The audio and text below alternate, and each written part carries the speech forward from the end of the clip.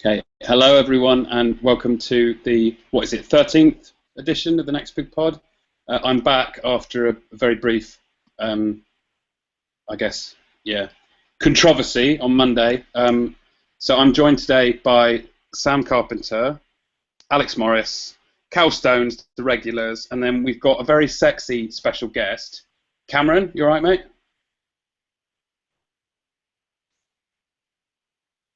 No? That was the big setup. We're joined by Cameron and Aisha as well to discuss, I suppose, the big story of the day is the GGG numbers, which have just been announced or have been leaked by Fight Hype initially. I think it was yesterday, and are being estimated as 150,000 or possibly lower. Obviously, it would be pretty childish of me to brag about how I predicted exactly this happening, but I did predict it would happen. So, Sam, what do you have to say about my foresight, mate? You're obviously, as Spencer Fearon said to me the other day, something about goat mouth in Jamaican patois means you can see into the future. You've obviously got goat mouth. Cheers, mate. Alex, do you want to pay me a compliment? No, you're right. You were completely wrong about posterity, so you broke even. Well, it's 50-55, mate. Unfortunately, Chef, a few months ago when the fight was announced, I put on Twitter, like a bellend, I must have been pissed, I put, I think this fight will do 450,000. Yeah, I made a bet with a guy. He had said that the line for GGG's first pay-per-view, before the opponent had been announced, he said it will do 400,000, and I said it won't do half of that, and he said, okay, let's bet on it. He looks like a twat now. So take that, anonymous internet user. Who was surprised by this? Did anyone think? I can't remember what our line was set at 180, wasn't it? And I think we were on the pessimistic side, so we actually come out this looking reasonably clever. But I saw a lot of, most of them Americans, idiots, predicting 350, 325,000, and yeah. It surprises me that Americans had that sort of optimism about it. Really, I mean, surely they would have a better understanding of their own pay-per-view market than sort of a couple of Brits. I think they wanted him to succeed, didn't they? Yeah, he's very optimistic. I think. I mean, I thought it would do more than it did. I think most of us thought more. Apparently, that Rick Blazer came out today. I don't know if you've just seen it. I just saw on Twitter myself. He said it was under 100,000. Yeah. 96k or 98k, I think he's saying, was the actual number, which is fucking... That seems very low. Like, I'd said if they get close to 200, that would be a really good... that would be a really good number for a first pay-per-view, like a really solid number against, and people forget, Lemieux had fought outside Canada once before that. Do you know what I mean? And even if he was had an exciting style, people just didn't know who he was. They hadn't, exposed themselves to him. I think Brian was saying earlier, made a good point that I think it was Floyd's first pay-per-view was against Gatti, and or his first headlining pay-per-view. And he made the choice of, he fought a limited guy, and he easily won. He didn't really have that. And so in that sense, I think it's not really surprising that it was low. I mean, if it's below 100, I'd be shocked. Do you know what I mean? Sam, what do you think about it, mate? Are you disappointed? Well, not really, because it's a non-American fighter fighting another non-American fighter. One, in Lemieux, no one really knew him before he beat Hassan and Dam, did they? Unless you're a hardcore boxing fan, so to speak. Or they knew him as kind of a prospect who might get found out. Yeah, fringe world level, I suppose you'd call it, wouldn't you? Yeah. Around that. So, I think it's kind of to be expected. Like you said with Gatti and Floyd, Gatti was a massive name with a proper cult following. People would watch him fight anyone. The three of Floyd's first three pay-per-views didn't do over 400, so, and he was Gatti had a massive following. Boldemir, I suppose Boldemir's not American, is he? So, and the other one was Judah, and they was all knocking around the 400,000 mark.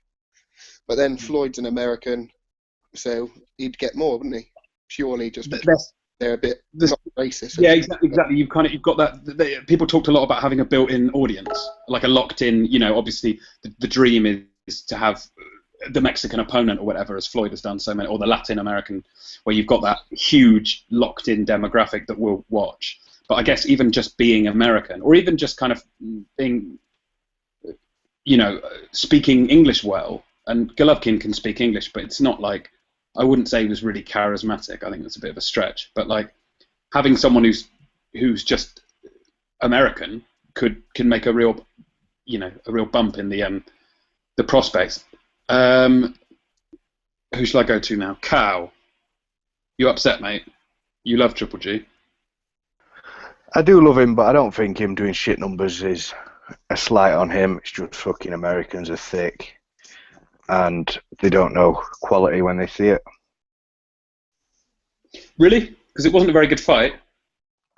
Yeah, but as a card, you've got two top 10 pound for pound guys, and they're both fighting like pretty much as good as they could get at the time. Like, I'm not saying they're as good as they can get in their division, but I just can't see what you wanted more. Let me play devil's advocate here. Would you be happy with two, big mismatches at the top of the thing? Yeah, I mean, fair enough, they were, arguably two of the greatest fighters on the planet. But would you be happy if Hearn put that on a pay-per-view and sold it as two mismatches? Yeah, but Hearn hasn't got anyone that you say wow when they're fighting. Do you know what I mean? He hasn't got that star. So but who could Hearn put on? Hearn could put on. What's the best action fight Hearn could make? Like using guys in his stable, like as a pure sort of, forget the level, as like a shootout. What's the best fight he could make in that sense? I'm trying to think. Campbell Mitchell, I like that fight. Yeah. Yeah, that would be action. Yeah, that's action packed. Yeah, maybe something like who's a slugger? Someone, I guess Smith Fielding. That should have action. Yeah, that should be good. Could be a decent fight. The problem is, you think about Kell Brook and you think on paper him against these guys will be good, but he's such a spoiler when he's in against someone that's tough. Like against Sean Porter, it was a disgusting fight, just clinch. And I think he'd do the exact same with Thurman. He'd do the exact same. Hugged him all night. Yeah, agree. But I just can't see Brook being in a good fight against someone that's on his level, or perhaps a little bit better. I just think he'd try and spoil it. The old-fashioned fucking. It depends, doesn't it? I mean, boring. He was scared of Porter's power, I think, or maybe not scared, but wary of it. And I think that say he's fought someone like Paulie, you wouldn't do that because can't crack a fucking egg. Or I don't know, maybe Tim Bradley or something. Bradley, he's got strength, but he's not really got that power. I think I think Bradley against Brook's probably the best fight out of the lot, because I don't think he'd be worried about his power, and Bradley's not worried about anyone's power. He'll just fucking swing in the trenches all night. So I think that's probably the best fight Brook could be in. Oh, I do like Brook against Thurman. I think that's a good fight. But Bradley against Brook. I think obviously Khan against Brook. Yeah, I think stylistically, Khan against Brook would be really good, regardless of who you want to win or who you think is who. I think that would be a really fun fight to watch for like a neutral fan. Yeah, and I agree with you, Cameron, mate. I think the Thurman fight would be decent. It may be a bit of a chess match, especially early on. If you want action, I don't think. Yeah, I agree with Cow. I don't think Brook is really. I don't think he's going to give you action really against the top guys. I think he might. If you put him in with a Frankie Gavin, he'll beat them up, and there'll be a lot of action in that sense. But if you put him in with like a real. That was an action. Sorry, say again. That was a ball fest. I said that was an action. That was a ball fest. Yeah, but I mean. Everybody walked out when. Yeah, it wasn't. I think that was because Gavin. There. Everybody walked out. To be fair to Brook, I thought that was because Gavin was very negative. A bit like Lemieux. We all know Lemieux after one round, his corner said, "Right, you need to go defensive now," because he realised there was no way he could win. So it's always going to be a bit. And I'm looking at your profile picture, Cameron, and thinking about Kovalev Pascal, where Pascal kept attacking, even though I think he realised quite early on, I'm going to have to get incredibly lucky to beat this guy. But he didn't sort of go into a shell and try and survive, whereas someone like Hopkins did. But yeah, I think It's a funny one for Golovkin with the numbers overall, because I think it puts. I don't know if you guys have seen, but Canelo's come out and made a statement today and said, "Yeah, I'm more than happy to fight Golovkin, but it will be at 155." And he said that unequivocally and said, if he wants to fight me, he has to come down, because he's fighting Cotto at basically light middleweight, 1 pound over. Hold on. But isn't that the same as Triple G saying that he wants to fight Ward at 164? I can see. But that's halfway, though, isn't it? That's meeting halfway. Whereas I think if Canelo said, "I'll fight you at 158, 157," that's fair, because he is smaller than Golovkin. But it's the fact that he's dragging him down to the 1 pound inside middleweight. I think they're exactly the same fucking size. Yeah, Is bigger. I agree. I think I can see both sides of it, to be fair. Like, obviously, Golovkin's come out before and he said, I'll happily go down to 154 for a big pay-per-view fight. But really, a Canelo-Golovkin fight doesn't need a catch weight. But the problem is, obviously, Canelo's the A side, so he can dictate the terms to that. But if that fight doesn't need a catch weight, so I'm not really in support of a catch weight for a Golovkin-Canelo fight. I think, especially when you've got potentially you've got the lineal title on the line, assuming you beat Cotto. And the irony is, there's two sort of strange things about this. The first one is the wording Canelo used in the statement, which is he talked about the Floyd fight, and he talked about how he'd learned the lesson of putting himself at a disadvantage by going to the opponent's weight. And you kind of think, okay, draining yourself is one thing, but fighting at the division limit is not giving your opponent an unfair advantage. That's within the rules. Do you know what I mean? It's not like Golovkin is miles bigger than all the guys he's fighting. And then the second thing, and then anyone can jump in a sec, is that the other, when was it? It was, I think it was a couple of days ago. Golden Boy tweeted out Canelo's 30-day weigh-in for the Cotto fight, and he was 168 pounds, 30 days out. So what's that? 15 pounds? No, sorry, 168. And what's he fighting at? 155, isn't it? Yeah, 155. He's 13. He's basically a stone out. 30 days from the fight. Golovkin was about half a pound lighter 30 days out from Lemieux. So it just shows. It just shows you that it's nonsense that they are the same size. Like, they clearly walk around at the same. Golovkin's slightly taller, but I think they do walk around at the same size. And it's my sort of spin on it is that those numbers going on pay-per-view is now it's put him at a disadvantage with those low numbers, because Canelo and Cotto know that they would be the overwhelming A side now, and they would be selling the huge majority of the tickets. So Aisha, I don't know what you think of it, but would you say it was a mistake maybe that that they pushed for pay-per-view early on and they didn't wait for the Cotto Canelo winner? Yeah, exactly. Maybe Triple G isn't as well known as we all think he is.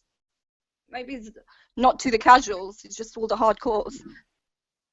Yeah, in which case you'd want to keep him on regular HBO, wouldn't you, and get the biggest possible audience and keep building. Exactly, like how we had Canelo on the undercard for Mayweather Cotto, and he was on paper.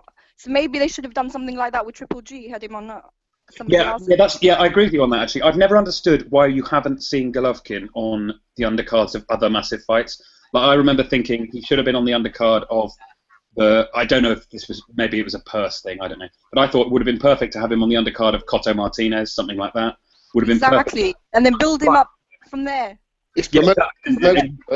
Sorry, Sam. What were you saying? It's promotional, though, isn't it? Because K2, they don't really promote. To other fighters and to the fans. You've got to think long term. Do you know what I mean? And maybe you've got to take the smaller purse on that particular night, and rather than headlining an HBO boxing after. I don't think this who's going to be the A side, B side. I don't think Golovkin cares about that. He keeps saying he wants all the belts.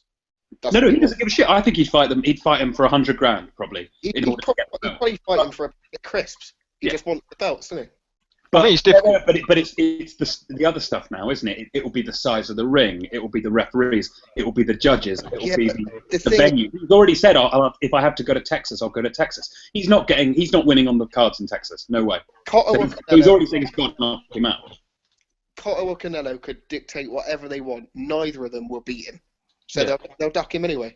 Cotto will not fight him. Not in a you think at 155? Yeah, exactly. Cotto won't fight him anyway. Canelo is now looking for excuses already. Yeah. And I the think Mexicans, the thing trying that to made make me it stick about it is impossible for Golovkin. But to be Right. fair, Canelo hasn't ducked anyone so far. No, exactly, which is why, you know, a lot of people are kind of jumping on the fact that Canelo said he won't fight him unless it's at 155 because Canelo has got that reputation of fighting anybody. You know, for example, he didn't have to fight Lara. You know, if Lara through no financial sense at all when he took the fight. You know, Canelo's got that reputation of fighting anybody. Canelo fights anybody on his terms, I think, is the key point. But doesn't any Like- boxer do that though? Every boxer's on their. Yeah, but I think he's. Yeah, you're right, but I think Canelo's terms are quite pronounced because he's because he's like the golden boy. Yeah, because he's made his name now. Yeah. How many fighters are obviously Cotto's the A side, but how many fighters is Canelo going to be the B side too? You know, obviously in Cotto, but anyone else, you know, Mayweather was the A side, but other than that, you know, Canelo's not going to be the B side to Golovkin or anybody, you know. Yeah, look, and there's an argument. There's an argument that if the fight's not happening in New York, Canelo's the A side against Cotto. There's an argument to that. Yeah. I reckon he'll have a lot more fans than Cotto will in Vegas. Yeah, all the Mexicans. I think it's difficult, but it's a really funny one because I think to borrow, I don't know, a poker analogy or whatever, they've shown their hand too early. Do you know what I mean? Golovkin's team, they've now they've taken a risk, and they haven't made a loss on the fight. That's important to emphasise. Unless Glazer's talking truth and it's sold like 75,000 or something mental, they won't have made a loss on the fight because it's not like Golovkin wasn't getting Floyd money. Do you know what I mean? But at the same time, the purses altogether would have probably been 4 million, maybe 4.5 million, and then you've got the costs of actually putting the show on and all this stuff. But I think it would have made a profit. It's just whether it's weakened his position and given himself. He's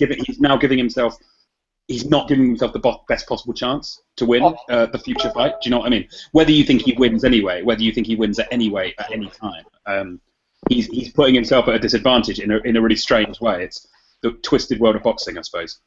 I think it's difficult because obviously no one will say Golovkin isn't a great fight. Great skills, footwork, position, and power. But I think I don't think this should have been pay-per-view before the fight was like made after. I said no, I don't think that is pay-per-view. But I understand why they put it on pay-per-view because Golovkin has been doing drawing wise on regular HBO. He's been doing pretty good, against his before the fights before Lemieux. And obviously Lemieux brings an exciting style, but most of what he brought that IBF title, and I think that's the reason. Golovkin's always wanted unification, so in all them variety of reasons, I think it's understandable why they put it on pay-per-view, and obviously having Roman on the undercard boosted the appeal to it. But to counter that, I think Loeffler said if it was anything over 200,000, it would be a success.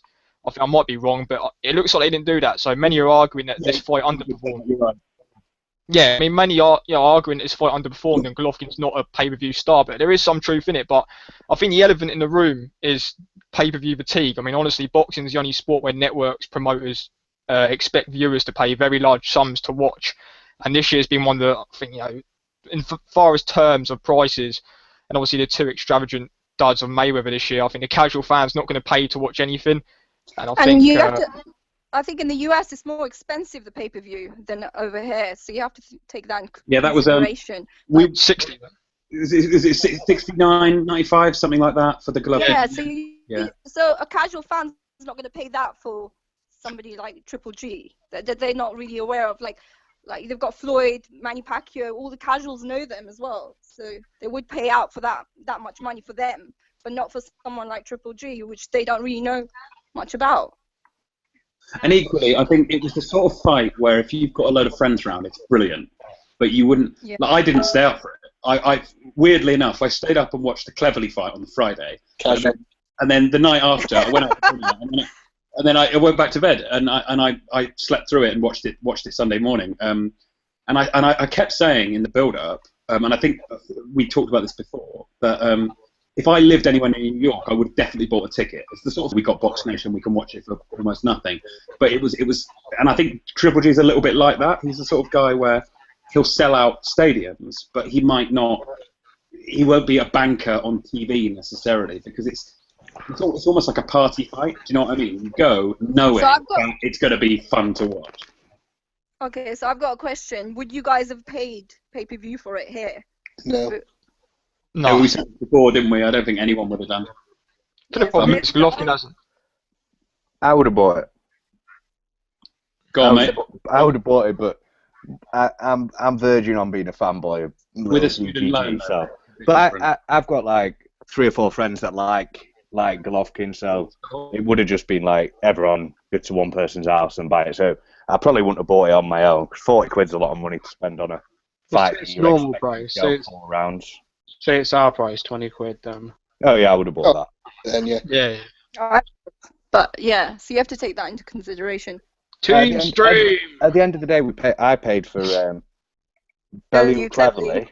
I paid for So did I. Frankie Gavin against fucking Kell Brook. I know the undercard was Right, good you're in that one. Undercard was good. Cameron's getting kicked because you all paid for that fucking wank and you're I won't supporting miss, absolute shite. Yeah, but Cameron's seen the light now that we'll move on to soon. Yeah, my hate for Hearn's out of guilt of buying that pay-per-view. You got dissed really bad, Cameron. Hearn dissed you really bad. But listen, I'm just glad you replied.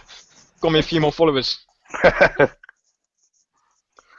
Also, I wanted to say you Floyd Mayweather. When did he actually start making good money on pay-per-view? Was it after Oscar De La Hoya? Yeah, Yeah, proper Name numbers. is big money.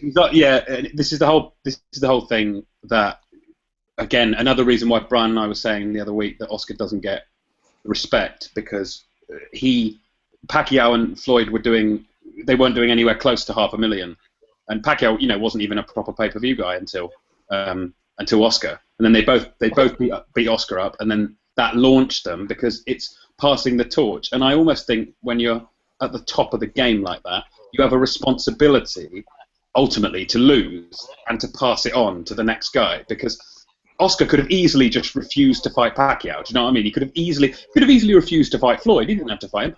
Oscar had fought on pay-per-view 20 times before Floyd. Do you know what I mean? He'd made hundreds of millions of dollars from the sport. He could have so easily ducked him, but I think he knew his place in the kind of the procession of boxing. Do you know what I mean? Where you're supposed to eventually lose to a great young fighter and watch the sport go on. And I think that's something that's lacking in Floyd, definitely, and possibly in Pacquiao. I don't know. I hope that Pacquiao will be prepared when the time comes to lose to Amir Khan. like Crawford or someone who can. Amir Khan. Yeah, or That fight's not happening. yeah. Pacquiao fight Crawford, I think. Yeah. Or even someone like.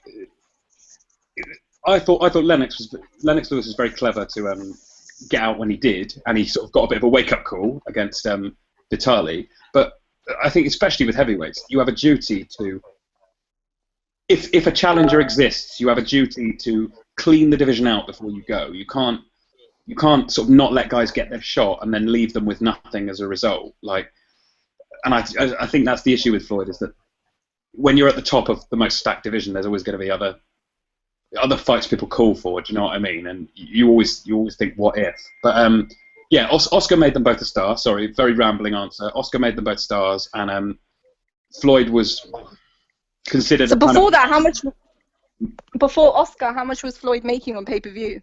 Floyd was doing about 375 with Baltimore, Judah, etc. on pay-per-view before he fought De La Hoya. He was doing about 300. He was making a few million.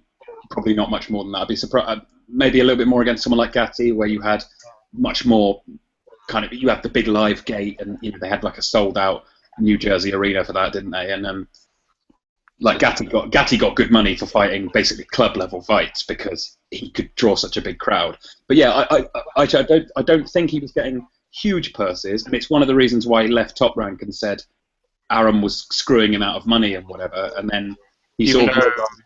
Offered 8 million to fight Margarita and he shat it. Yeah, he got offered 8 million to fight Margarita famously and turned it down in order to fight Baltimore for about 5 million or something like that. Didn't Mayweather want a guaranteed? Sorry. I was going to say, didn't Mayweather want a guaranteed shot at De La Hoya or Cobb if he fought Margarita after? No, I think the story was that Mayweather wanted to win the lineal and unify the belts. And do you remember? And then he signed to fight Judah. Judah then lost to Baldomir. So then Mayweather had to beat them both in order to get all the belts. Because Baldomir became major upset. That was, Christ, if something like that happened now.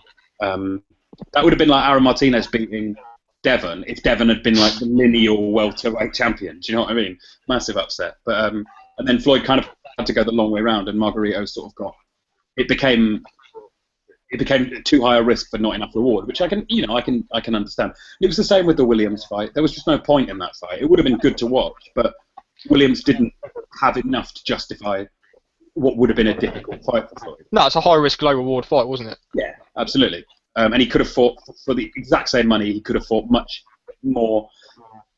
easier, and fights that would have made him look better. So you can see where he's coming from, I think. But it'll be a real shame if this Triple G doesn't end up getting a shot at the lineal title, or Canelo ends up, I don't know, not pricing himself out, but pricing his opponent out in a way. I don't know what's going to happen with the WBC. If anyone's please pipe in if anyone's been following this, because I don't know if they've said it will be a mandatory to defend against Golovkin and the winner of Canelo, but I don't know if Cat can contradict that or anything. I don't know. I read somewhere that if the winner of Canelo doesn't fight Golovkin after, they'll be stripped, and Golovkin will be installed as the champion without actually fighting for the belt. That's what Tom Loeffler said on the interview after the Mu fight. Yeah, I think that's true. It's just that whether if they're negotiating, but Canelo says I'm not going to fight at the 160 limit, whether that would still be a valid tactic, or whether the WBC would say, well, you can't fight at a stupid catchweight. That wasn't part of the deal unless Golovkin agrees to it. But then again, it's tricky because he'll want to fight for the lineal title, won't he? So he'll agree to anything. He's really got no power in this, strange as it might sound. No, exactly. The thing that not annoys me, but the thing that kind of puzzles me about Canelo is obviously I think he's about 25 years old, and he's kind of already at a point where he can kind of pick and choose who he fights and how he dictates terms, which I don't really agree with, because he's obviously he lost his biggest fight against Mayweather, and now Canelo's kind of his stock's risen so much he can dictate anything. So I think that's the problem here. I don't think Canelo should be able to dictate that sort of term so soon. I think he should fight Golovkin at the full 160. Yeah, I know what you mean, mate. I think the thing with Canelo is he probably won't end up sticking around that long in the sport. Like, you won't see him. I don't think you'll still see him fighting when he's 35 or whatever, because he started when he's 16. I think he's already got more fights than Cotto, for example. He's got like 50 odd professional fights, hasn't he? So you'll probably end up seeing Canelo with like a 75-5 record or something crazy like that. Like proper sort of old school Mexican, start when you're straight out of school style. It's a bit like Margarito. By the time he was about 30, 31, he was done because he'd started when he was 15. And I think you look at someone like Luke Campbell, who could probably go for another 10 years easily. He'll be almost 40 then. Canelo is like, he's not really done enough or achieved enough to kind of dictate them terms to me. I know he's had like 47 fights, but he had a padded record pretty much up until his 35th fight when he won the title, and before that it was just Mexican victories. But his biggest win is what? Mosley. It was pretty much short. He beat Kirkland, Lara. He's beaten those names, but it's not enough for him to dictate terms against anybody. If you see what I'm trying to say. Yeah, because he can sell. He can sell so many tickets. He can, yeah. He can sell, but it's not really. He hasn't done enough to kind of back that up for me. But equally, the guys he's fighting, like, they've got no grounds to. Like, there's no competition for him. They've got no grounds to dictate. Like, Lara's not going to dictate anything. Kirkland fights once every 3 years or whatever it is. I don't know if you heard, but they've cancelled the fight with Rosado. It's a bit of a shame. He wanted more money, didn't he? And Kirkland thinks he's worth more than he really is. He wanted more money after they'd agreed and signed the contracts. So HBO said, well, sorry, mate, you've already signed for less money, so negotiating this. And then he said, okay, well, I'm off. And I think Rosado was already in training and that. But yeah, it's a shame because that would have been a great little fight to round up. HBO aren't gonna invest a lot more money into Kirkland because he's not going to get anywhere other than fighting at the level of Rosado, is he? So there's no point investing more money into James Kirkland. Well, no, but that's just it's probably not that expensive to make. It's a good fight for boxing after dark. Like, it's a good action fight for the end of the year. You know what I mean? It's just a good fight. It doesn't necessarily need to go anywhere. Rosado's almost at the end. I think that's just that's just a fun way of sort of cashing both guys out on major TV, and it's a shame. It's a shame that people are too greedy for it to happen. I know. Right. Sorry. Just moving on slightly. I know that Cal wanted to interview you, Cameron, or sort of ask you a couple of questions. Right. He thinks you've sort of come over to the dark side, so to speak, with The regards light to. side. Do you want to go, Cal? You go for it, mate. Yeah, basically, just I saw, I don't know, probably a few months back, you seemed to be, not saying pro-Hearn, but you weren't anti-Hearn, you were more in the middle, kind of defending him on certain things and then giving him stick on others, like a normal human being. But recently, you've started coming more over to the real side, where we see him for what he is, piece of shit. And I was just wondering what it was that kind of tipped you over the edge in that way, what kind of things it is that he's been doing. That's not everyone's views about Hearn. I think like this year, I think Hearn's become a bigger cock than I actually thought he was in the first place. Like some of the things he said this year is really like I watch all his interviews on Life. I watch every single interview he does, and especially when it comes to regarding Quigg and Brook and all that, he does. It's like he's trying to brainwash like the public, and he says, especially when it comes to Quigg, like he said, I know Quigg's technically regarded and he's rated #1 in the Ring magazine, but it's like Hearn will not kind of. He'll pretend that Rigondeaux doesn't exist, and it might just be me kind of clutching at straws, but that's what it seems like to me. Yeah. And if any interview, he said in an interview with Coogan once that Quigg, everyone is avoiding Scott Quigg. Frampton, Donaire, Santa Cruz don't want to fight him, but he didn't mention Rigondeaux in that, and he kind of says to me, he said now and then that Rigondeaux doesn't bring financial sense, but I will ask you guys this: if Rigondeaux, say if the Frampton fight doesn't happen, I think they should go for Rigondeaux. And if Rigondeaux came over to the UK, how many of you would pay pay-per-view Quigg against Rigondeaux? I think Rigondeaux would sell over the UK quite well against any of Frampton. Really, it's a very niche fight. I mean, I'd pay for it if that was the only way to get it. If Hearn it sells out, give me a tenner and I'll make that fight. I'd give him a tenner, but I'm not. I don't think Rigondeaux's got a big guarantee as well. He gets it's like $2 million a fight or something, and I just think I can understand why Hearn doesn't make it, but at the same time, you can't sit there and call your guy a champion when you're refusing to fight the guy ahead of him. It just doesn't make sense. And we'll have this debate another time, but it's for the same reason I consider Frampton a paper champion as well, because although he's got a full belt, he's not interested in fighting the #1 guy. So he can't call himself a champion. He has a title, but he's not a champion. The problem with that, though, when you go down that route is, do you only see one champion per division then? Because you could do the same with pretty much every division. You can say, well, he's the best guy, he's the lineal champ, so he don't want to fight him. When in reality, a lot of the time, it could just be politics. Well, I just feel. I mean, it's just I want to see. I'm not going to overhype Quigg, but I actually rate Quigg as a fighter, and I think he's just being, especially with him with the check on the TV of Frampton. I thought that was a bitch move when they put the check up on Sky News. That was a big bitch move. Hearn says a lot of things that just make. I sit there generally watching his interviews, and I will say, fuck's sake out loud on all this. He says a lot of things that just. Yeah. You are right, Cal. Some things I've said before, it has been like anti, pro Hearn and all that, but yeah, I just kind of realised, some of the things he says is just a bit. Well, I've noticed recently with his interviews that he's kind of smarmy how he does it. He knows that there's quite a lot of people that are like against all this bullshit recently, and I think he kind of enjoys that in like a weird kind of way.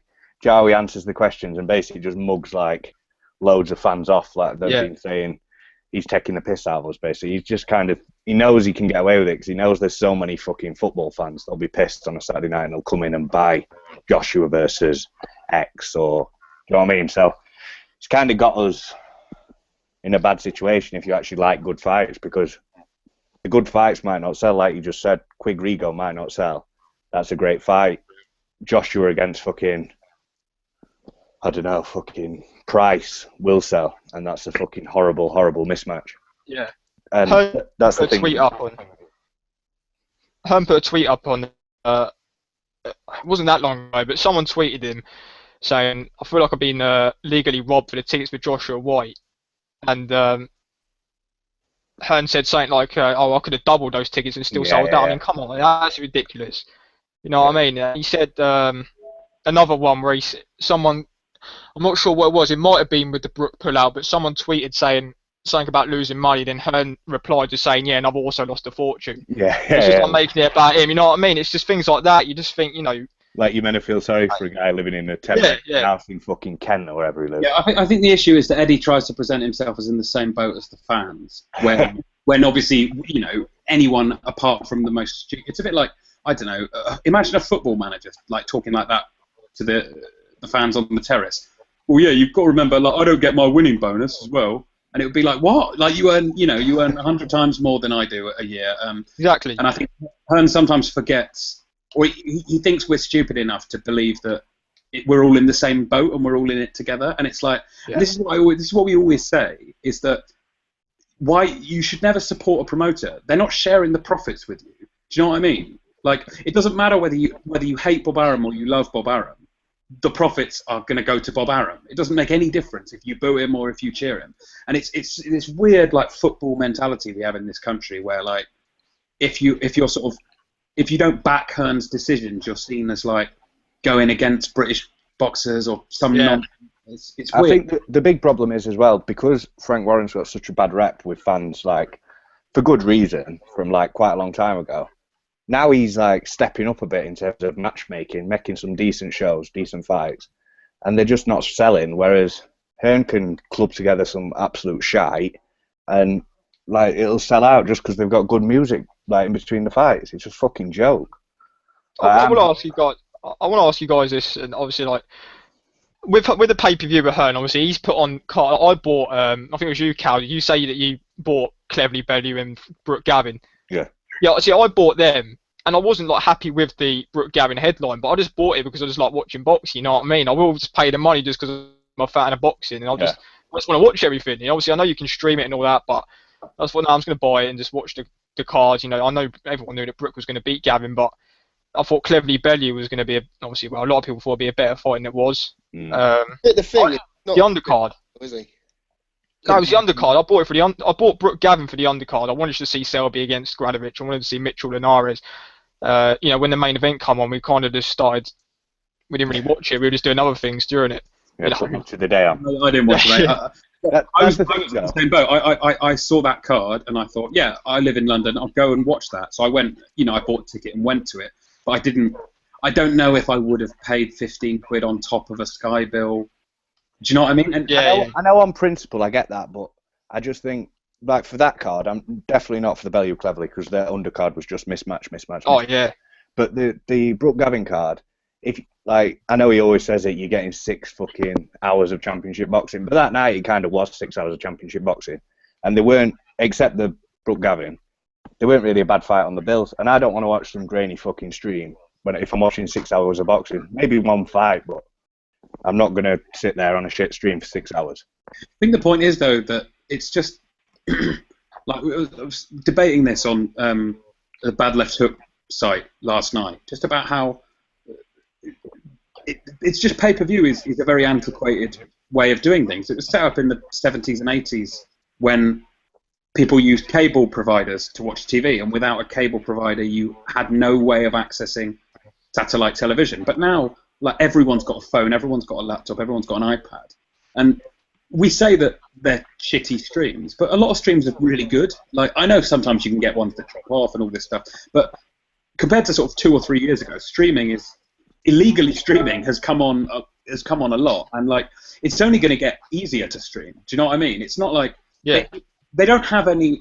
It's a bit like Napster, with the music. Like, they don't have any way of stopping us getting this for free. Well, you can even get the fights on your phone now. I remember watching Ruin Wrong against Shit Me on the on my phone because I was on the way to Blackpool, and it was better quality than any streams I get on the fucking on the internet home on my laptop. So I'll just where every time there's a card on. I'll jump on that one. It's a good stream, that one. Anyway, Aisha, can I ask you, because you said that at the start not everyone feels the same way about her, and so have you got any positives to say about him? Yeah, of course I have. Go on then, give us 3 positives. Okay, the way he interacts with fans on Twitter, the way he is in person with fans, he goes out of his way. He talks to everyone. You know, I like that. He builds relationships and stuff. Like Frank Warren doesn't do that at all on Twitter. He doesn't interact with no one. He doesn't answer any questions. Yeah, really. but he's Groot. That's a generational thing, though, isn't it? That's a Yeah, but that's what you want. You want a promoter that you can talk to and ask him questions, and he but he won't give you an honest answer. It doesn't matter. He'll answer your questions, but it will just be bullshit. Whereas at least Frank Warren won't. Like not answering and answering with a lie are both equally worthless to me. Do you know what I mean? This is a good example of that. That tweet earlier from Frank Warren. Bearing in mind Eddie Hearn's been chatting shit about Eubanks against GGG all today and yesterday. Frank Warren said, just carry on, I'll find it. So it's Hearn will say something like, especially when it comes to Brook, like say if Brook, obviously he'll fight Chavez and you'll ask Brook, someone will ask Hearn, who are you looking to put Brook in the next? And he'll be the same names, Bradley, Furman and all this crap, and then he'll put he'll put Brook in and he'll get Shevchenko out of retirement for a rematch. It'd be something like that, and that's the things that annoy me. I think Brook will go to Heyman next year. Yeah, I do. Or he might bring. He's not that clever. He's not that clever. He's thick as shit. So it worked out well for Khan going there, didn't it? So he must be. They should honestly, they should switch places because Khan's getting. Heyman does nothing for Khan, and I know. Biggest mistake ever. Khan's delivered nothing in the last 3 years. Khan's been delivered nothing for him. I think eventually, though, you've got to say it's Khan's team turning down these fights because Heyman must have offered him fights. Like you can't have a fighter that's relatively popular both sides of the Atlantic and got a big following in the Middle East and not offer him any fights. So you will have been offered them. It's just their team are they just want to have a couple of fights and get out of the sport, I think. I think Khan, he's chasing the paydays, when he wanted the paydays. Now Mayweather's gone, Pacquiao doesn't know that's happening, so obviously Khan's now going to be looking at like the Garcia. It's not paydays. If he wanted to paydays, then he would be after Brook. Yeah, but if he loses to Brook, he's done. I think it's paydays in the sense that Khan made enough money to retire by the age of like 23. Do you know what I mean? Okay. So he's not for the money. Whereas Brook while Brook is not poor, Brook is still waiting to make the big money. Do you know what I mean? Exactly. Whereas Khan was making big money when he was a teenager. Okay. Sorry, Aisha, if Khan doesn't, obviously he's not going to get Mayweather. He's not going to fight Pacquiao by the looks of it. Is there any excuse for Khan not to take Brook fight if he's not going to get them? Oh God, you know what it is? To be honest, it's an ego thing, isn't it? Khan thinks he's better than Brook, which he has because he's achieved a lot more than Brook has. What has he achieved more than Brook? Sorry? What has he achieved more than Brook? Brook's got one better win at 147 over Porter. Two-time world champion. Khan's won world titles in like 2 divisions. He's beaten numerous like highly ranked guys. Brook's got one world level win. Yeah, I wrote a tweet the other day. I wrote a tweet the other day saying the only thing that Brook has over Khan is one single better win at 147. That's over Porter. That's it.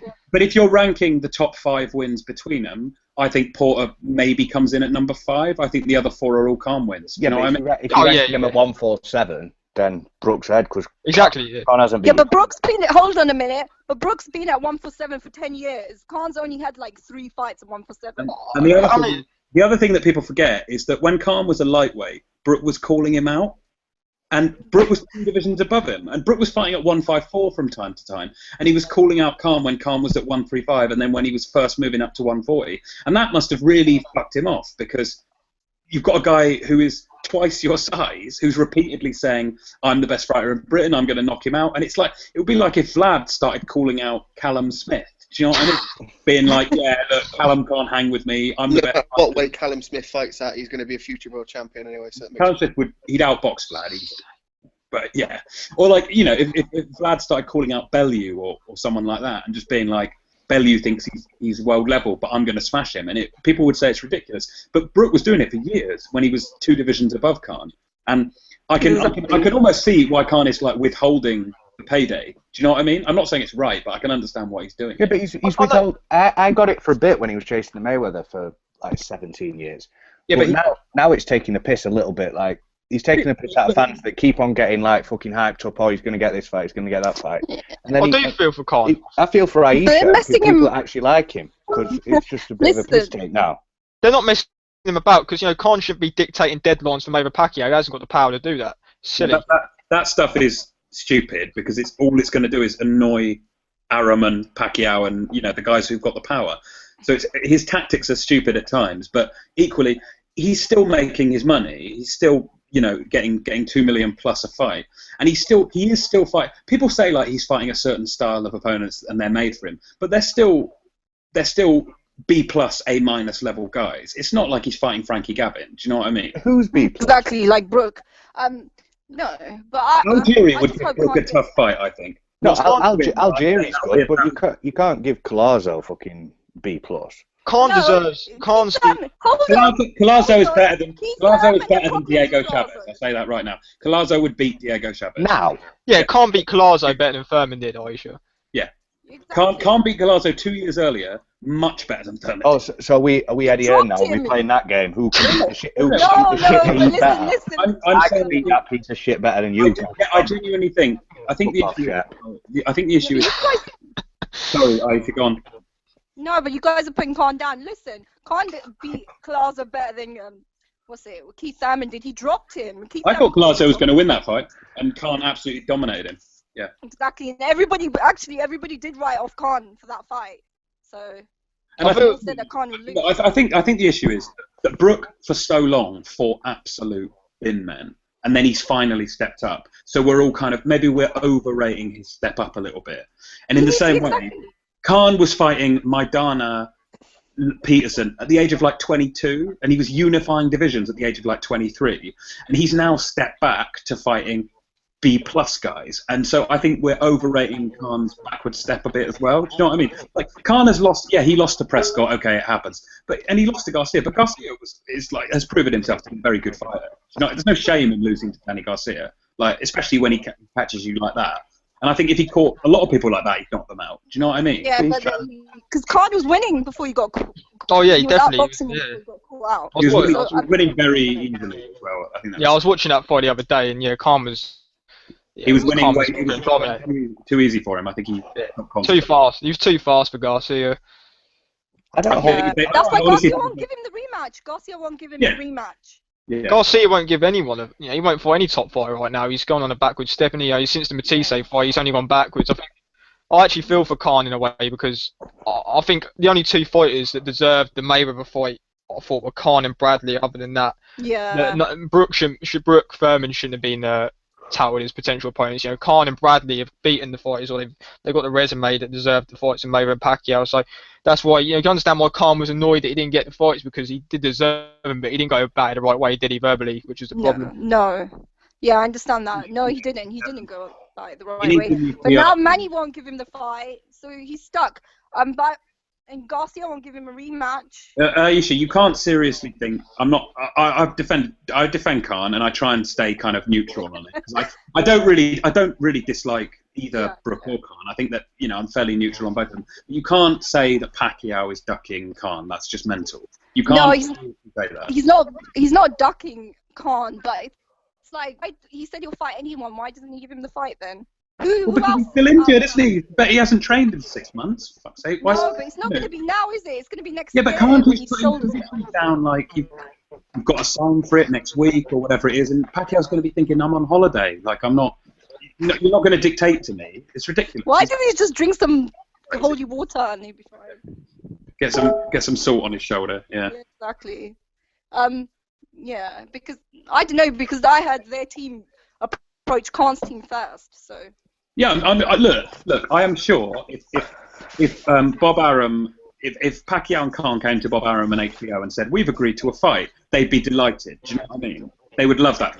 That would be it'd be a really good fight. Yeah, it would. Yeah. It'd be great, and I think everyone would want to watch it. Whether you like Khan or you hate him or you hate Pacquiao or whatever, I think you want to watch that fight. That's a legit pay-per-view. I think that would do good numbers in the UK and in the US. But it's kind of it's all the politics and the kind of grandstanding and the Pacquiao's got until Monday or I'm walking away, and you just think, what are you talking? Yeah, but you know why? No, but you have to understand that it's good that Khan did that because then he would have been waiting for Pacquiao like he waited for Floyd. No. It's not a good thing Khan did that. It makes him look like a fucking idiot time and time again. Also, Yeah, there's but no you, Heyman, what? there's no But he Heyman. can't win either way. Hold on a minute. He can't win either way. Because if he waited for Pacquiao, then you guys would be like, oh, he's wasting his time. He's waiting for Pacquiao. That fight's never gonna happen. So at least he's made a decision now to like stop negotiations. But why And then does go- why does Khan But have to wait for a fight by not fighting anyone?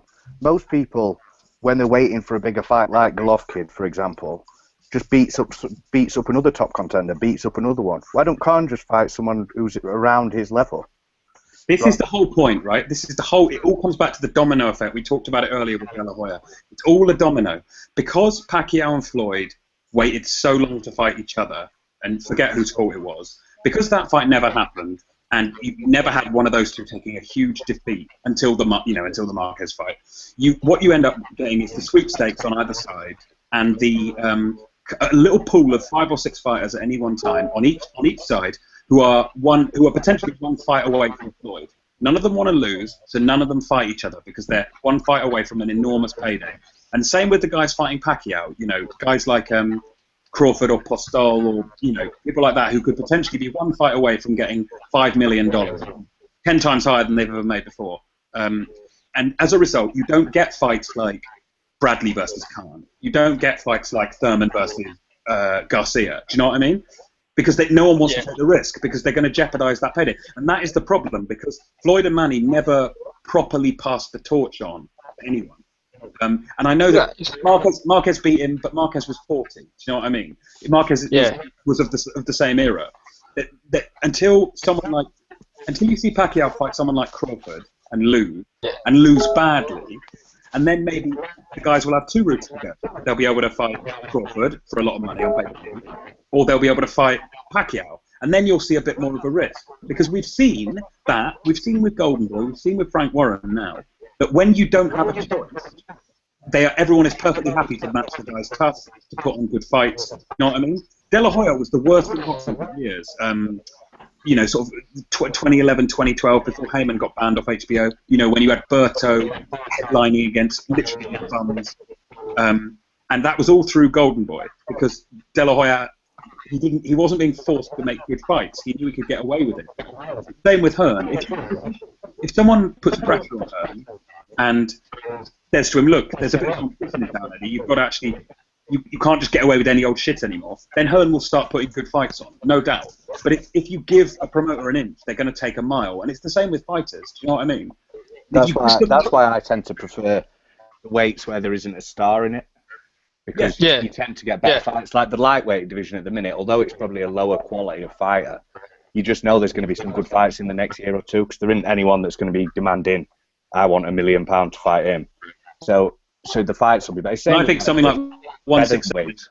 168 is the same, yeah. Although, like, if the Gale's getting 168 will be the same. Once Ward's left and you haven't got that kind of big name, once Ward's officially moved up, you'll be left with a load of B-level guys at 168, and they'll all fight each other, and it'll be great. The Gale will fight everyone. Groves will fight everyone. Abraham will get cashed out. You'll have one of them guys will then become the A-level guy. Do you know what I mean? Because one of those guys will end up. I'd guess the Gale out of the lot. I'd guess the Gale, but I think touching up on what you're saying, obviously about the thing with I think a lot of divisions are still trying to, like you say, trying to wait for that breakout star in each division. I think the lightweight division's a good one, the super middleweight, and obviously if Ward moves up to light heavyweight, you're looking at potentially 2 or 3 fights that are going to kind of make out where we're going to see who the best in the division is. And I think at light heavyweight, you still got Kovalev. I know Kovalev, in a lot of people's minds, is kind of regarded as the best in the division, but the fact of the matter is you've still got Stevenson there. And that fight for me happened because, a lot of people were saying, oh, Kovalev's the man, Stevenson's going to win and stuff like that. And sadly, it's like the network issues, these fights aren't going to happen. And, it's a shame. But I think, Kovalev against Stevenson is probably the one fight that has to be made because that's where you've got 2 champions and that's a kind of a situation where you need to see who the best in the division is. And that's the one positive, maybe, of Al Heyman if he does manage to get every fucking fighter. Then at least eventually they'll all have to fight each other because he obviously wants the product to sell. So that's the one good thing about Monopoly because there's no fucking politics. It's just him. He owns it.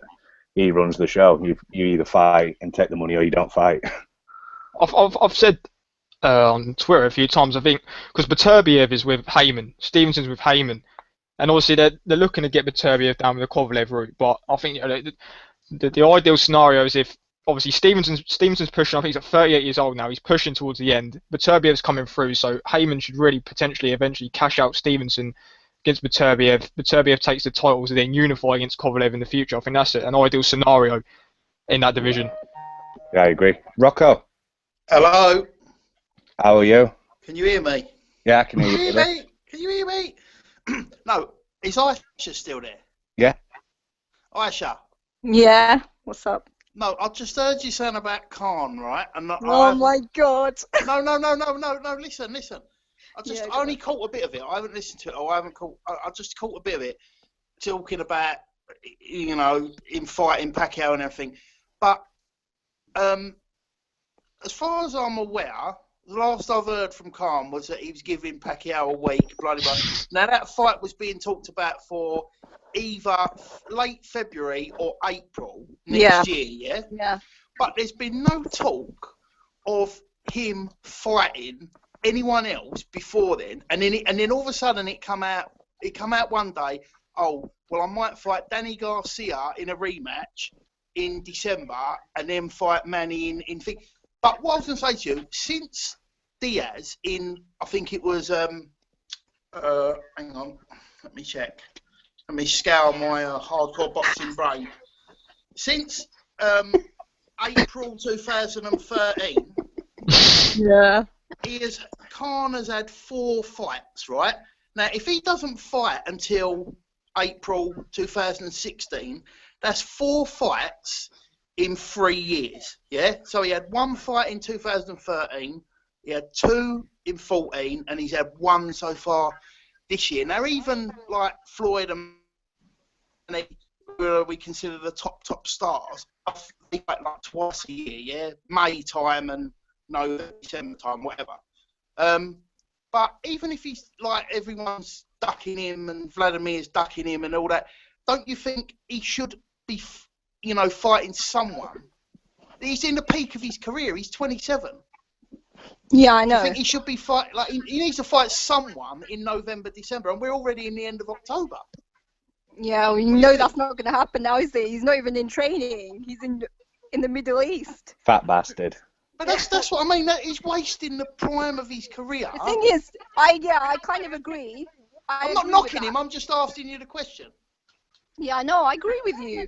The thing is, with Khan, he's not just a boxer. He does a lot of charity work. Then he does a lot of promoting work. Now he's in Doha. You know, he does a lot of media But what stuff is his as well. job? What is his job? I What know. earns him money? I know, but the thing that's what annoys a lot of Khan fans as well. That he needs to concentrate on the boxing rather than do all this media stuff that he does. But he's more than a boxer. That's the thing. Some boxers are a bit more than just boxers. They've got like a whole persona. Yeah, but he's done quite a lot, but he's not like a legend in the sport. He's not gonna if he retires tomorrow, he's not gonna be in anyone's top 100. He genuinely wants to retire with a legacy, but what he's doing at the moment, Then he's got to fight someone. I know, but that's what he went to the top names. He's defenseless. You can't defend anything he's doing. I can always defend Khan. All I'm saying to you is, like, I think it was the end of 2013 when he was like talking about the Floyd fight. He could have fought Alexander, and he didn't. He messed up there. He really he should have fought him. Said that. But like now, don't you think he should have, like, you know, while he was talking about like after September, after the Floyd fight, he should have sorted out a fight with anyone, like Guerrero. The Guerrero's fight's been spoken about before, but any of them, like Josecito Lopez, anyone, just someone like a name to just keep busy, or just to, do you get what I mean? Just someone to. But then after the September fight, he was meant to get Mayweather, but that never happened, right? So I heard he was from then, like, you know, Mayweather's team Manny Pacquiao's team got in touch with him, and then that's when he thought maybe I'll get Pacquiao. Yeah, all right. Let me put this situation to you. Let's say he hangs on, and he don't get the Pacquiao. No, I don't think. No, he won't now. that's why he's left negotiations with Pacquiao, because it's like he doesn't want to do the same mistake that he did with Floyd. So he's trying to negotiate another fight. He's in talks with other boxers, so let's see what happens. But I agree with you, Rocco. I want him to fight more. Obviously, I'm a big fan, so I want him to be out there. We want him to fight more. But I don't know. Sometimes I think his team around him not good influence. No, I agree with you. And the thing is, let's say he's pulled out the Pacquiao thing, but everyone else has got a fight sorted for this time of year. Yeah, like Rios, all them. Yeah. It's feasible that, like, everyone's busy now, so the next time they're going to be able to fight again is sort of like February, March. But if that supposed Brook fight is going to happen, it's going to have to happen sort of like June, July time. Yeah, in the summer. Not in the football season. So, like, if he hangs on there and then he waits till after Christmas, and then people are saying, well, for the next I'll be available is sort of like March, then he might think, well, it's a bit tight fighting in March and June. What I'm saying is he could go into that fight with Brook having not fought for like over a year. I mean, that's just not ideal. No, he's not going to do that. Yeah, he's not going to do that. But the other thing is you have to take into consideration is Ramadan as well, because that'll be in like June. Oh yeah, when does that start? What? It's changed every 10 days. It moves every 10 days every year, so it moves forward. So it just. What could happen, Aisha, is Khan could do nothing for 3 years in his career, then get beaten up by a faggot, and then retire. He's not going to do that, man. Don't try it. Listen, got a feeling he's going to do that. No. I've got a feeling he'll be all right. Yeah. The problem is, right, the problem with Khan is the same with a lot of the guys who kind of burst onto the stage very young. And we're seeing the same with Canelo now. If Canelo's competition dipped a bit, we'd all start shitting on him and saying that he was fucking. But we'd forget for Lara, Kirkland, Angulo, Floyd, all these guys, Cotto as well. And I think people just forget that Khan, what was Khan's run? He had Judah, Peterson, Garcia, Malignaggi, Madonna, Melnick, Malignaggi. That's 6 in a row. That's almost as good as 6. I mean, there's not many welterweights who've had a 6 in a row better than that in the last decade, apart from Floyd and Manny maybe when they're on their tears. But like if Floyd did that, if Brook did that, we'd be going crazy, wouldn't we? And like praising him. Worshipping him. I do think we got a bit spoiled with Khan, and we kind of we ended up with very high expectations because he's a fantastic fighter, and when he's kind of dipped a little bit lately, and so we all think of it as some kind of crazy disaster. But the guy made his money by the age of like 23, 24, and has won more belts than Kell Brook will ever win. So, and look, I don't hate Kell Brook. I think he's really good, but I think people kind of lose a bit of perspective because their careers didn't quite. They're at very different stages in their career, despite being almost the same age. Exactly, and Kell Brook's still here. Khan went to America well early. Malignaggi was his first fight in America, and so he made his name over there. People say Khan makes money through Heyman, but Khan was making more money. People underrate Khan's early career, even though he has taken some bad losses and he has made some bad decisions later on. Like, and so some of the fights were a bit shit. I didn't think, what was it, the Carlos Molina, that was pretty bad. Algieri wasn't great when we were all hoping it would be someone, not a bad fight, but we were hoping it would be someone a bit more exciting, weren't we? And then, like that was... said, it just killed. But right. Is someone in the toilet? Yeah, that was me just flushing a matchroom card away. Right, well, this is still one up from the asylum where they actually filmed themselves going to the toilet. That was disgusting. That was Adam. That was a bit worse. We would never stoop. That was disgusting. It was hilarious. Where's Rocco gone? Rocco's pissed off. Okay. Right, so unfortunately Alex has to drop off because he's feeling a bit ill. But Oh, Cameron, mate, can you make sure you're muted? I think we're getting feedback off you. Yeah. Or whoever's got control of it. Cheers, mate. Right, we're going to do... Okay, I was sort of inspired to do this a couple of days ago because it was Evander Holyfield's birthday, and I saw all the American journalists tweeting at him and saying, happy birthday, champ, one of the greatest champs ever, and all this nonsense.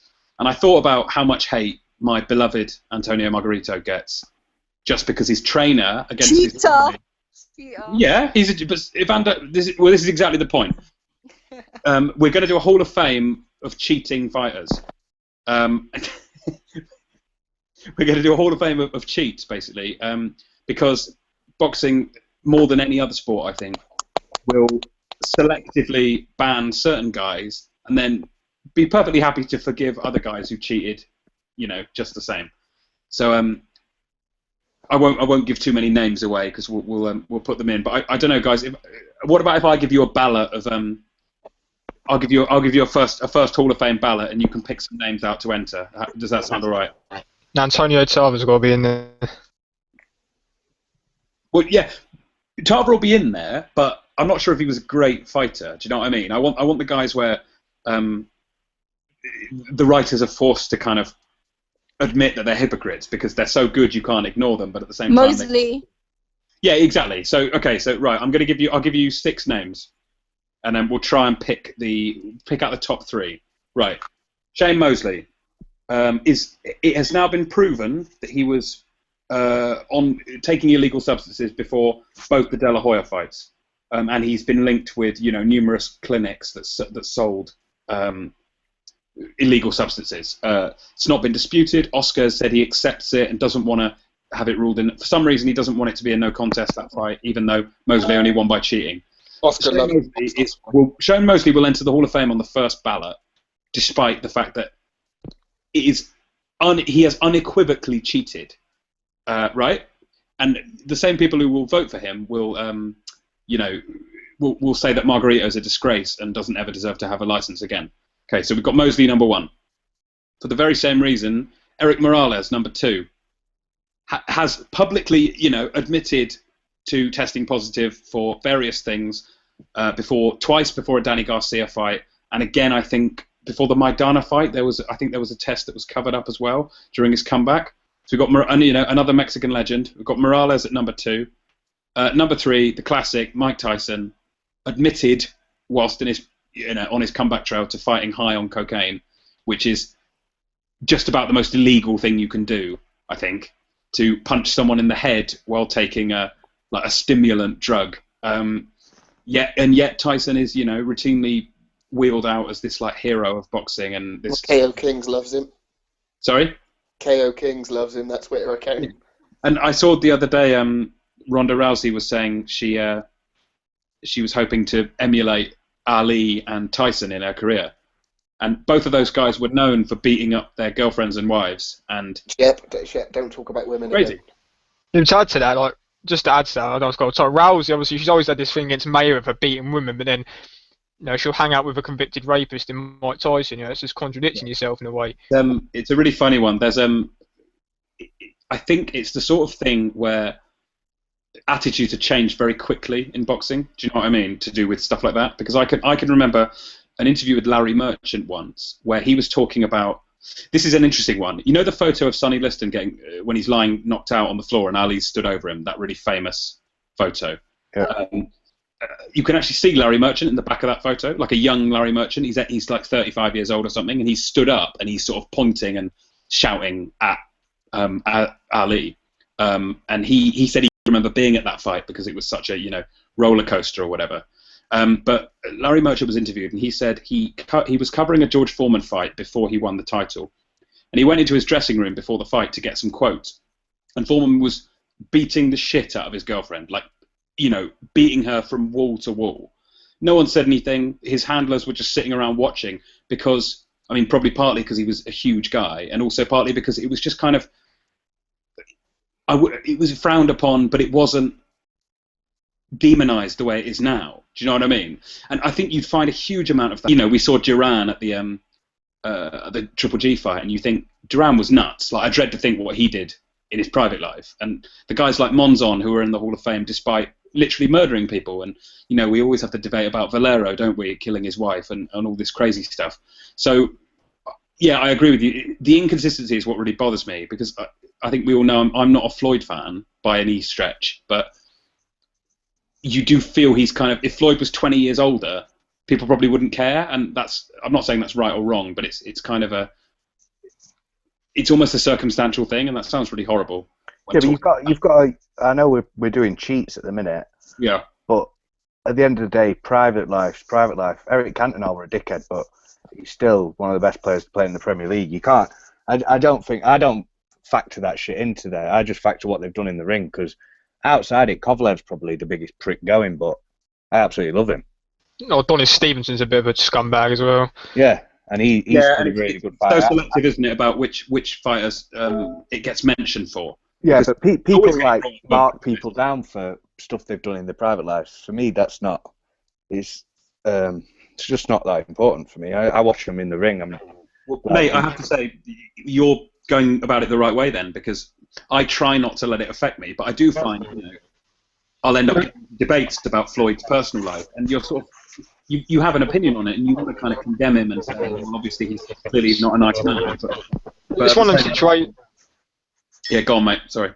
It's one of them situations, isn't it? Obviously, you're a fan of boxing, and that means, you know, you're following fight, so you're a fan of the fighter. Obviously, yeah, like you say, what they do in their personal lives there. Obviously, you can have an opinion on, you know, what you think about their personal life. But in the day, if you're a boxing fan, you're a fan of what they do in the ring, aren't you? Exactly what Cal said.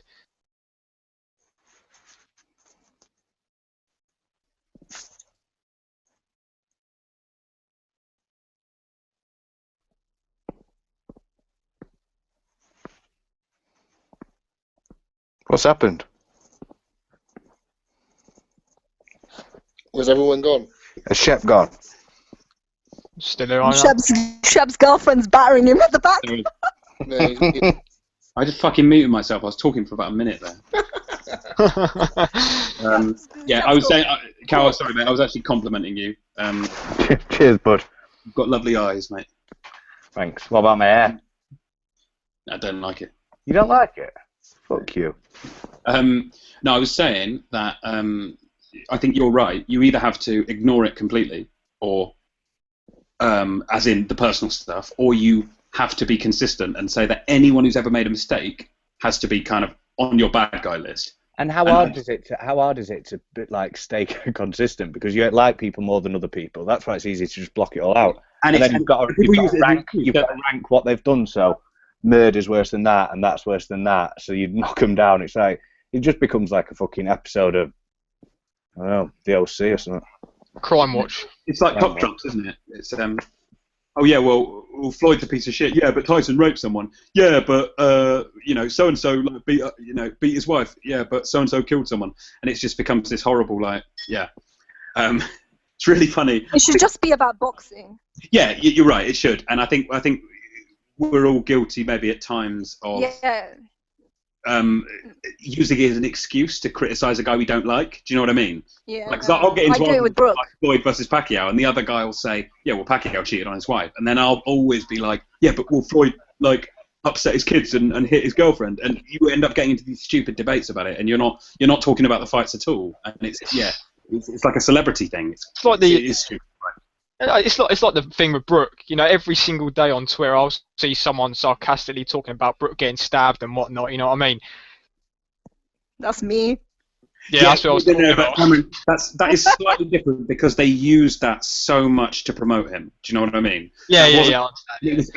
Everything was about the miracle comeback and all this stuff. Like, I take the piss out of Danny Jacobs because I've got a really irrational hatred of him, just as a fighter and as a person, as a personality. I cannot stand him. And I take the piss out of his use of the like Miracle Man nickname and the cancer stuff. And I'm not laughing at the fact that he got cancer. I'm laughing at the way that they use it to sell his name. Do you know what I mean? It's like... I think if it's a private issue, you can leave it alone. But if they bring it in and they use it to promote themselves as like I mean, Pacquiao does it occasionally. He'll kind of... He'll sort of imply that he's a sort of holy Christian sort of nice man, and Mayweather's this bad guy, and you sort of want to say, well, look, you're not perfect, mate. Like we've seen you in casinos gambling enough times. Do you know what I mean? Like, Sorry, what were you going to say? What were you saying about Jacobs? I do agree with you. Like you say, obviously it was an unfortunate situation, what happened to him and all that. But like you said, the comeback fight he had after having cancer, that is the comeback fight. Every fight after that, just don't bring it up. You know what I mean? Like you have the comeback fight, just carry on with your career. How long's the comeback going to last? It's been lasting about 3 years now. Exactly, yeah. And every fight they build it off that situation, which is And I remember the last one, they had him on the bill with Dirrell, and they were like, oh, this is the first time that we've had 2 cancer survivors potentially winning world titles on the same card. And I just remember thinking, but I'm not tuning in to see cancer survivors. Do you know what I mean? I don't have any bad feeling towards them, but I want to see the best fighters. I don't care if you've had cancer and you're fighting for a world title. I want to see the best person win that belt. I don't want to see some sort of token... I don't think you need to worry about it, Shep, because he's fighting Quillen and he's going to get iced, and then that'll be I agree the end of Daniel Jacobs will not be on our screen again. Yeah, I think that could be quite an early blowout as well. Yeah, Quillen will blow him out there, I think. He got floored by... Who was it that got floored by? The Snake? Yeah, Mora put him down hard. Put him down. Mora punches like Frankie, doesn't he, really? He punches like Frankie, and he's about 38 or something. Yeah, so if you get put down, Quillen can bang. Quillen had Leon shaking legs about 10 times. Quillen's another one I think we underrate because he's dropped off. But Quillen had some good wins early on in his career, and he did beat some decent guys early on, and then he's just fallen. His best win though, isn't it? Yeah. And Dan. I know it's Lemieux's best win as well, like you were saying the other day, but. Yeah, probably Quillen's best. I mean, I thought he beat Andy Lee, to be honest. Yeah, I'm so shocked he got that draw there over in America. Yeah. I thought it was a close fight, but I thought Quillen edged it. Mm. Yeah, I didn't see anyone score it for Lee. I saw a few draws. I didn't see anyone who thought Lee won. So it was a pretty surprising card, to be honest. And when Lee's like such a nice guy, like you find yourself scoring him the close ones, because you just really want Lee to win. So when I'm watching, I can't stay completely impartial because I'm a fan. So I think even Quillen was the same. I think he even said something sort of like, if I don't really mind if I'm gonna have a draw, I'm glad it's against a guy like him. Do you know what I mean? Like he's not a dick. Yeah, I was watching the face-off with Lee and Saunders the other day, and it's everything that Lee says. You're like, it's hard to dislike this guy. Oh yeah, can we have a summary on that? Because I haven't seen that yet. Stupid. I think it's on the Box Nation site, isn't it? I haven't actually. It's IFL. Well. Yeah, IFL uploaded the answer. Oh right. Who's seen it? What did you think of the body language and stuff? Let's talk. Because there's fuck all previews. They look like yeah, that's the problem. Sorry, what was that, Sam? Say again. They look like mates. Like when they're talking, the way they act with each other, they seem like friends. Yeah. They spent a lot of time together, haven't they? Because they was doing the Box Nation show and they were side by side then. They obviously did the presses for that. They're doing this now. I don't know about anybody else. Is it like, for me, it's kind of a fight where I don't mind who wins that fight because I just like both the guys, you know what I mean? I want Andy Lee to win.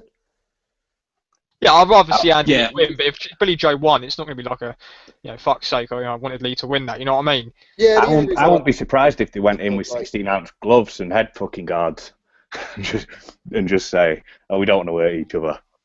Just flip a coin. I think that fight could be a draw, I think that'll be really cagey. I don't see a Lee knockout. I don't think. No, Lee's going to. I don't think he's going to go for a knockout at all. The Saunders has got a good chin. People forget that Lee, chinning Korobov and John Jackson. Those two guys were coming right at him. Do you know what I mean? They were really pressuring him. Saunders won't fight like that, so I don't see a knockout, and I think that could be a very, very, very tight decision either way. I think Saunders is going to win that. Yeah, he will. He's got a good. His chin is very good, Saunders, and he's a better boxer. Yeah, but his stamina's not so good. That's the thing. Sorry. No, stamina. Yeah, the second part of the fight he does. We saw against Eubank. But even against Ryder came back really strongly in the last couple of rounds in that fight. I know I always talk about Nick Blackwell, but that was quite a close fight as well. Yeah, that one. Yeah. And Andy Lee. We know Glenn Cunliffe would have iced Billy Joe, right, Sam? Nick Blackwell and Billy Joe. So.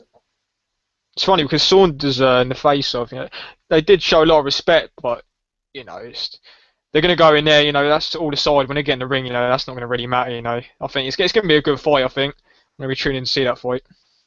I think you can really wind Saunders up, and I think Lee's the perfect opponent in a way because he's just not the sort of guy who's going to talk trash. But I think if you had a guy like who's a real big talker in that division, if you had a guy like someone like Curtis Stevens, do you remember all the shit he was saying before the Golovkin fight? Yeah. Imagine him like giving it the mouth to Billy Joe would go mental. Like he'd probably flip out. He's a bit like Tyson Fury, I think.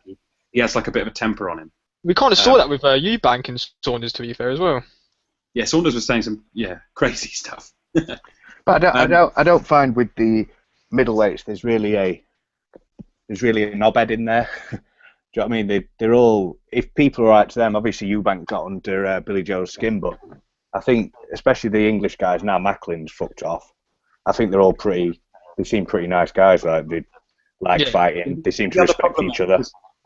This is the other thing: is you need black hats in the sport, and you need bad guys. And with Floyd gone, with Margarito gone, with the other sort of, I'm trying to think, even someone like David Hay, who was kind of a bit of a pantomime villain. Do you know what I mean? Well, we've got the racist Kovalev.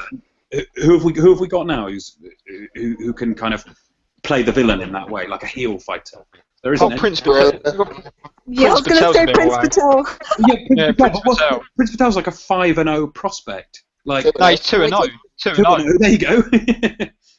He's had 2 fights. He's probably had 4 rounds in his entire career. I've not actually seen him fight. From a lot of people that I've heard things about Patel, they say he's not a very good fighter. I'm not really seeing enough of him to kind of judge it, but from what I've heard, they're saying he's not going to be a great fighter or anything like that. He'll be English level, won't he? Probably might have a couple of maybe a British title fight, something like that. I can't see anything more than that. But the sport as a whole needs bad guys. Like you used to have Barrera. People like Barrera were perfectly happy to be the bad guy when they needed to be. Do you know what I mean? They were happy to. Yeah, Broner. Yeah, but again, it's like a pantomime, isn't it, with Broner? I think, and but I would if Broner was a little bit better, maybe he'd be a better villain. Crawford, You got Tyson Fury, for example, and everyone hates him. That was insane. And everyone, Sam, you can talk. Sorry, I had about 10 at once. Sam. Can you hear me, Sam? Yeah, I can hear you, mate. Sorry, you go for it. Well, Tyson Fury plays the bad guy, doesn't he? And he gets hated for it. So I don't know. Yeah, I've never hated him. I've always quite sort of taken it, tongue in cheek and enjoyed it as like a bit of a sideshow. I've always liked it. I've always been a fan. Fury speaks a lot, but at the same time, people don't take him. I'm not going to say they don't take him seriously, but he's just funny at the same time. He's funny. He's a different sort of trash talker, isn't he, than the usual one you get. If Fury says like, "I'm gonna kill you," people would laugh. Whereas like if another fighter said that, they might be like, "Oh my god, he's like, this is he needs to be fined or something." Fury can get away with it. It's like the Klitschko press conference when he got up when Klitschko called him a clown and he started going ballistic. Tyson, that was just quite funny. The Cunningham press conference as well. It's just Tyson Fury knows how to draw. No.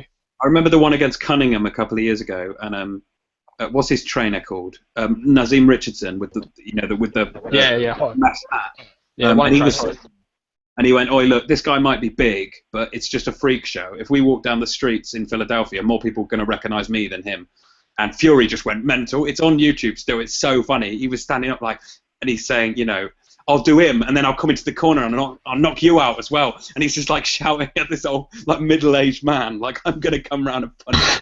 So funny. But no, but they were all laughing. All the media were laughing, and like by the end, it became everyone was, and you had Peter Fury's laughing and Hennessy's laughing, and it kind of became it was just like a fun sort of.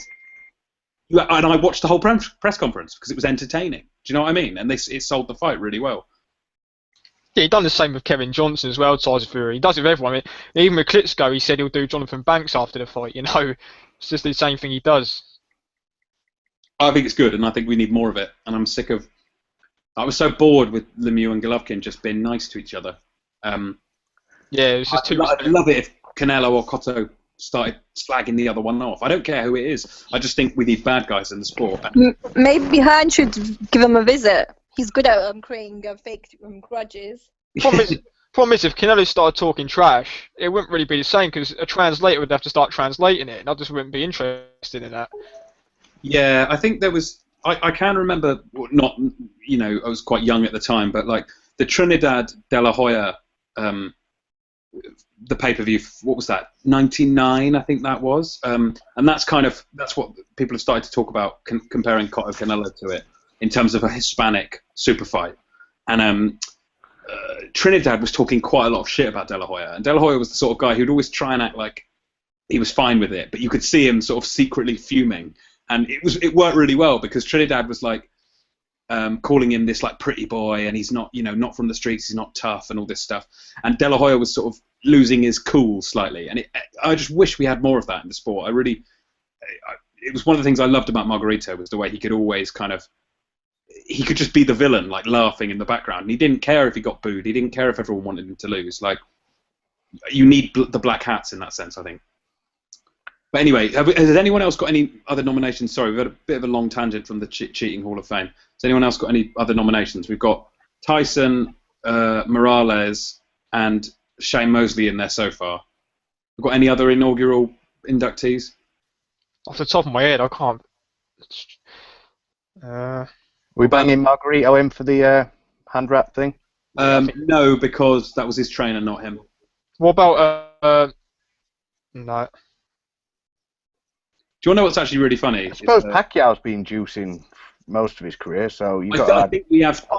I think we have to only take guys who've been caught. Do you know what I mean? What about? I mean, I may be wrong, but what about Jones? Roy Jones, Yeah, Jones got done. Yeah, Jones straight in. There you go. That is a classic example. If you put Jones, Tony, and Holyfield on the Hall of Fame ballot, they would all get in first time. But they've all been caught taking steroids. It's ridiculous. Really annoys me how hypocritical a lot of the fans are.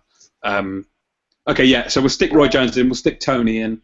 I think though, how you should judge them. This is my theory. I think you should judge them on what they've done before they've been caught, because obviously a lot of these guys start cheating when it's harder to lose the weight or harder to put the muscle on. So as you get older, as like, I don't know, I'm quite young, but people in here might know that when you get to the gym, it's harder to lose the weight, it's harder to get stronger. And I think that's when they start fucking using it. Do you think, like, obviously on the Roy Jones sort of problem, like, Jones failed the test, and then they did 2 other tests after that came back negative, but the problem is, do you not think, like, if a fighter tests positive for a steroid, then a lot of people start doubting if they were using in other fights, but the test got put under the rug and no information was leaked or anything like that. So it kind of makes you doubt how long they were using for, if you know what I'm saying. Yeah. I think the thing is, you've always got an escape route with steroids, because you could say, right, I get caught, I say that the test was a mistake, test me again. So that delays it, and already you're putting doubt in people's minds. Then you say, like, oh, maybe someone contaminated it, maybe someone spiked it. Then you say, oh, well, I don't trust this particular drug testing organization, and you throw a bit of shade at them. And there's always a way of kind of undermining. Do you know what I mean? Like, it's not as if you get convicted of murder, you have people outside saying, yeah, well, I don't really like this judge, I don't trust him, I think he's like on the take or something. Whereas with sports, they always seem to be, I remember when they had that destroyed sample, and Winky Wright was like, sorry, why did you destroy Peter Quillen's sample? And they just went, and they sort of made up all these excuses, and Winky Wright was like, well, what's going on here? Like, are we just supposed to blindly accept your word when it's convenient, but when a fighter fails, you're always questioning the sanctioning body and making excuses? And Tarver this week saying he thinks someone spiked both his samples, the A and the B sample. It's absolutely absurd. Like, is he related to Kid Galahad? Yeah, I was about to say that. I think Galahad's brother's been on a rampage in America. He's in prison at the minute. Oh yeah, he went to my school. Right, nasty little bastard. Really? Yeah. Didn't know you went to school. Yeah. Right. Do we want to preview the weekend at all? No. No. Honestly, there is nothing. Well, we could just do a quick prediction as opposed to a preview. I'm looking. I mean, even Crawford against Thierry Jean, that's pretty one-sided. Oh, sorry, that was it. We were talking about Zumbano Love earlier, weren't we? He's fighting Andy Ruiz on the undercard of Crawford against Thierry Jean. So he's fighting that fat Mexican guy. Yeah, he'll lose that. Here's my tip for the weekend. I think that goes to points. I don't think Ruiz will knock him out. Oh yeah. Yeah, probably unanimous decision. Yeah. Yeah, unanimous decision. I reckon you might get nice little odds on that. I think And then you won't just cheat quit being heavyweights. Mexicans just aren't heavyweights. They should What just do you guys think of the Ortiz Jennings? That's just got made for December, isn't it? That's a good fight, that. That's a great I fight. like that fight. Ortiz, the one who just fought on Golovkin's on the card. Yeah, but equally, a year ago, Ortiz got done for steroids, fighting for that title. He beat Latif Coyote for the vacant title, then got done for steroids. So the titles remain vacant, but it's like the regular belt or whatever. Ortiz is now getting to fight for it again, and Coyote's not. Do you know what I mean? And he's not the one who... Ortiz is the one who failed the test, and he's getting another chance. It just doesn't make any sense. Like, why would they want this guy fighting for their title again when he got done for drugs a year ago? And it really annoys me that, like, it annoys me that HBO have let him back on. It's just... And, like, Kellerman kept trying to, like... Oh, in the broadcast, he was, like, trying to throw doubt on it and be like, oh, well, he allegedly failed this test. It's like, no. Like, you can't... I do get your point, Shep, but you've got to think at the other side. People want people to watch their program, and seeing a big heavyweight like him, he's a big lumbersome fucker, on balls of his feet, putting together 4-punch combinations is a lot better than watching Coyote. Exactly. Yeah, but because he's on steroids, that's why he's doing it. That's why it comes down to politics. It comes down to politics as well. Like, obviously, Ortiz has got money pushed behind him. You know, he's undefeated as a heavyweight. Coyote's like, it's different stages of the career, and obviously more people are going to shoot Ortiz eventually. Basically, yeah. Yeah. I think that's a good fight. I think Jennings beats him, but that's a good competitive fight. I think Ortiz will KO him. Oh really? Okay. Well, we'll have some sort of pod bet on that at the time then. Yeah, well. I think Jennings will do it on points. But, tough one. Yeah, guys. There is literally nothing to talk about. We've got Alcine versus Charlo in 10 days. Oh wow. We've got. Oh, actually, I'll tell you what. I don't know if it's still up here, but I'm just looking at the Videjo's back in a couple of weeks. There was. You guys saw this on Sky Bet. Sky were offering 6-1 odds on Felix Videjo to win a world title before January the 1st, 2018. I don't know if that's still up there, but that is printing money. So I would advise every listener to stick about 500 quid on that, because that's the weakest division in boxing, and Videjo's got 2.5 years to win a title. It wouldn't surprise me if they started pushing Videjo to a world title like late next year, to be honest. Well, if you want it before the 1st of January 2017, you get 12-1. So if you want to risk it and put it on that, it's printing money. It's like Paulie said after the Mayweather-Pacquiao fight. He said, "I put 100 grand on Mayweather. It's printing money." Nice if you can get the cash together, I suppose. But unless anyone else got anything to discuss, I think we'll leave it there. It's a bit of a weird pod because this is the worst weekend I can remember in a long time. There is nothing at all. Just one side in there. Crawford, Eubank have got one-sided wins. Yeah, I mean, I don't see any way Crawford loses. I don't see any way Eubank loses. I think Crawford's being groomed for a Pacquiao fight. I genuinely believe that fight is happening next year. Crawford, Pacquiao. It makes sense. It makes too much financial sense. Like if you put it in a sort of a quick slide, if Pacquiao beats Crawford, he's still going to be, he's still finding the highest level. If Crawford wins, there's your new cash cow for Bob Arum, top rank. I just think it makes too much financial sense. Well, one thing I was thinking, Shep, do you know with the because Crawford won Fighter of the Year last year, didn't he? He did. I didn't vote for him. No, I was against that. But the year before that, it was Stevenson that won it, and literally. No. It was Stevenson the year before. I thought it was Floyd because after the Canelo fight. No. It might have been, but I'm sure Stevenson's won one when he beat Dawson and someone else.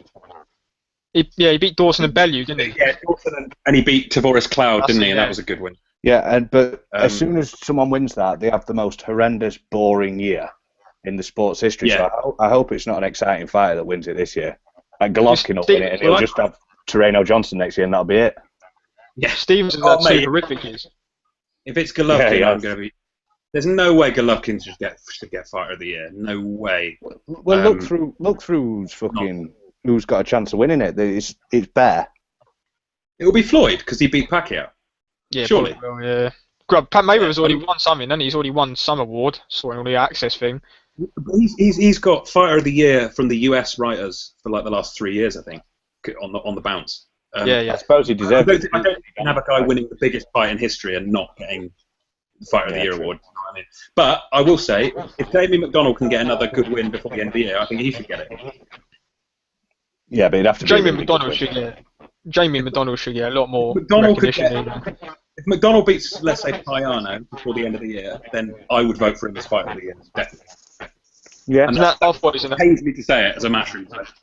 It's an absolute disgrace that Brook got Fighter of the Year for Britain when McDonnell should have had that easy, I think. Yeah. Brook got It's an awarded outrage. in what, September? Ridiculous. Absolute outrage. And he'd had Yeah. 2 fights. Even Selby and De Gale should have been ahead of Brook, I thought, for that. Yeah, and at the time, Joe Gallagher won Trainer of the Year, and he had lost with Paul Smith 3 times. He had not won, he'd drawn Team with Smith, Crawler. Team Smith. He'd drawn with Crawler, and I think he'd beaten like loads of 1 to 50, where his guys were 1 to 50 and 101, and he went to Trainer of the Year. I could fucking train people to beat them. I think it's a very shallow pool of trainers in the UK, isn't it? Like we have a few names who seem to train everyone, and then you got Seamus Macklin on fucking Sky Sports every fortnight. Mental. I'm a better trainer than him. Yeah, better air as well. Yeah, absolutely. Right. Anyway, guys, I think we'll leave it there. But thanks a lot for joining the pod, and we will hopefully be back. We'll be back next week. I don't know what we're going to talk about because there's not many fights on next week either, but we'll think of something. But anyway. Cheers Cameron. Cheers, Aisha. Thank you. Cheers, guys. Cheers, guys. Bye-bye. In a bit. Bye. Take care.